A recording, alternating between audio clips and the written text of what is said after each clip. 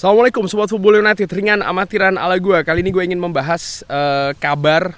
Ada 3 pemain yang ingin gue bahas. Kabarnya pertama adalah Mason Greenwood, di mana Mason Greenwood ini berhasil meraih gelar pemain terbaik ya di Getafe.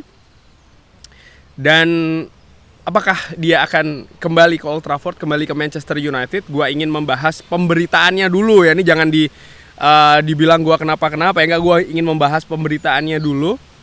Disebutkan memang dari Telegraph contohnya, Borussia Dortmund misalnya ini mencari kemungkinan untuk bisa mendatangkan Mason Greenwood dengan peminjaman.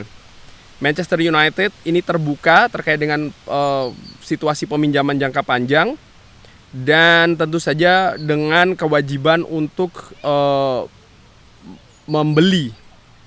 Dan disebutkan juga dari The Telegraph ada 2 klub Premier League lainnya yang ingin mengetahui situasi dengan Mason Greenwood ini. Artinya bisa jadi akan berusaha untuk mendatangkan ya dari Mason Greenwood. Namun kabar dari Fabrizio Romano memang menyebutkan Manchester United konsentrasinya adalah melepas dari sang pemain. Mereka ingin supaya mendapatkan pemasukan dari pemain ini.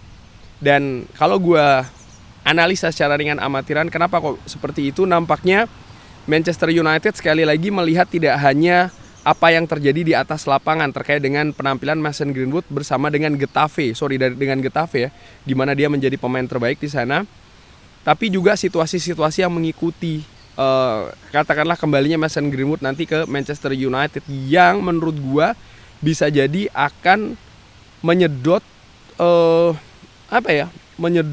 energi dari klub dengan persentase yang cukup besar, dan juga mungkin ujungnya ke biaya. Kita tahu bagaimana yang terjadi, apa yang pernah terjadi dengan Mason Greenwood dengan kasusnya, dan bermain di klub sebesar Manchester United ini bisa jadi implikasinya luas, kaitannya dengan pemberitaan di media, image klub ya kan, dan lain-lain, yang walaupun situasi dari hukum sendiri, pengadilan sudah memutuskan bahwa kasusnya tidak dilanjutkan ya kan, dan bahkan Mason Greenwood juga sudah menikah ya dengan pasangannya, artinya sudah kembali rukun, katakanlah demikian. Namun ya Manchester United nampaknya mungkin berhitung dengan situasi yang lainnya di sana, di mana keadaan dari Manchester United sendiri terkait dengan finansial misalnya ini kan juga tidak luas-luas banget, dan mereka nampaknya tidak ingin ada resiko di sana. Tapi kita lihat saja, menurut gua secara ringan amatiran ya, prediksi perkiraan gua memang tidak besar. Gua memegang apa yang dikabarkan oleh Fabrizio Romano.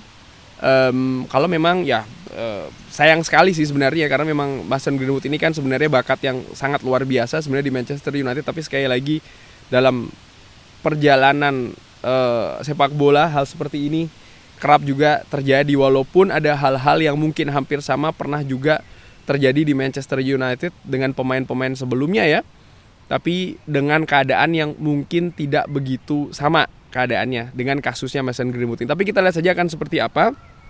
Dan ada 2 pemain yang dikaitkan dengan Manchester United, yaitu adalah Jared Brandwaite yang dikabarkan ini oleh Sky Sport menjadi prioritas dari Manchester United, dan Brandwaite disebutkan juga berada di antara nama-nama yang sedang didiskusikan oleh Manchester United, dan ini tidak terkait dengan siapa yang menjadi manajer Manchester United. Dan selanjutnya juga Michael Olise, sayap dari Crystal Palace, ini juga kembali dikaitkan dengan Manchester United, disebutkan oleh Talksport.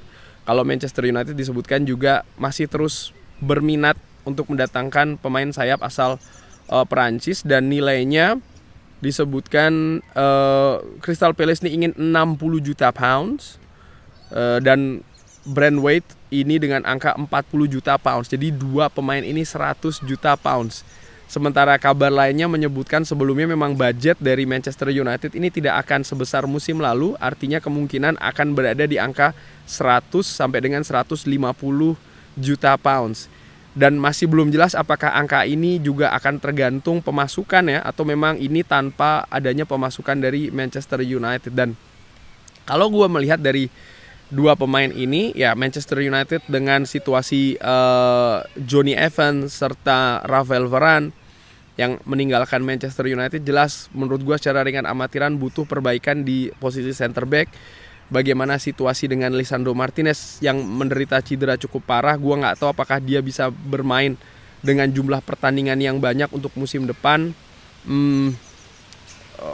Dan ya Victor Lindelof juga ya, apakah juga akan tersedia misalnya dengan jumlah pertandingan yang besar. Di situ gue berpikir memang Manchester United setidaknya butuh mendatangkan 2 back tengah premium, dan ini akan menyedot budget di sana. Dan Mikel Olise sendiri juga angkanya tidak murah ya, karena memang menjadi pemain andalan dari Crystal Palace, dan tentu saja ketika dia harus cabut dari Selhurst Park, Crystal Palace juga pastinya ingin memperoleh dana yang besar ya, karena mereka tentu saja juga ingin untuk mencari ganti ya kan dari Mikel Olise ini.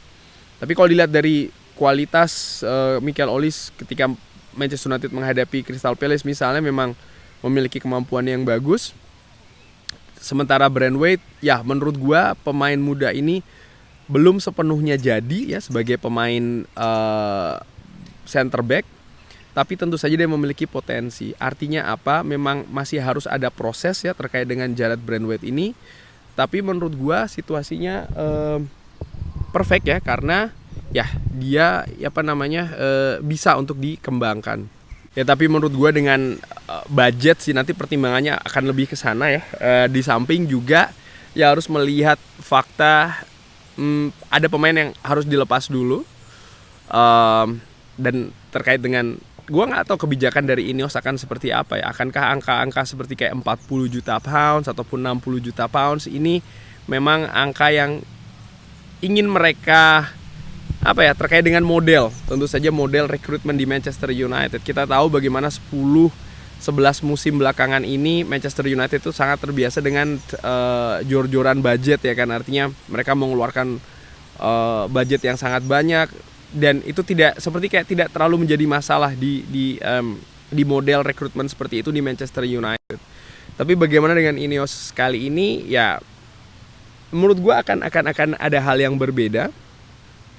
Dan tentu saja Manchester United seperti di bursa-bursa transfer sebelumnya selalu dikaitkan dengan banyak pemain, dan harga sekali lagi juga tentu saja tidak ada harga yang kecil ya untuk pemain-pemain yang memang dikait-kaitkan dengan Manchester United. Tapi sekali lagi sih gue juga menantikan ini akankah seperti apa model transfer dari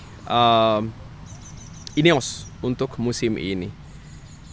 Menarik juga bagaimana memang baru Jason Wilcox ya kan yang hadir di klub. Masih ada Omar Berada yang dinantikan, masih ada Dan Ashworth, di mana mereka ini kan juga memiliki keputusan dan juga otoritas sebenarnya di transfer. Yang kabarnya memang otoritas ini tidak akan dipegang lagi terlalu besar ya di pihak manajer ataupun pelatih kepala. Dan ini juga sesuatu yang berbeda. Tapi kita lihat nanti kalau ada informasi lagi, seperti biasa akan gue drop di kolom komentar. Tapi gue ingin dengar bagaimana Sobat Football United Jarrad Braithwaite dan juga Mikel Olise cocok tidak untuk di Manchester United. Silahkan drop di kolom komen. Terima kasih sudah menyaksikan. Jangan lupa like, subscribe. Wassalamualaikum warahmatullahi wabarakatuh. Thank you.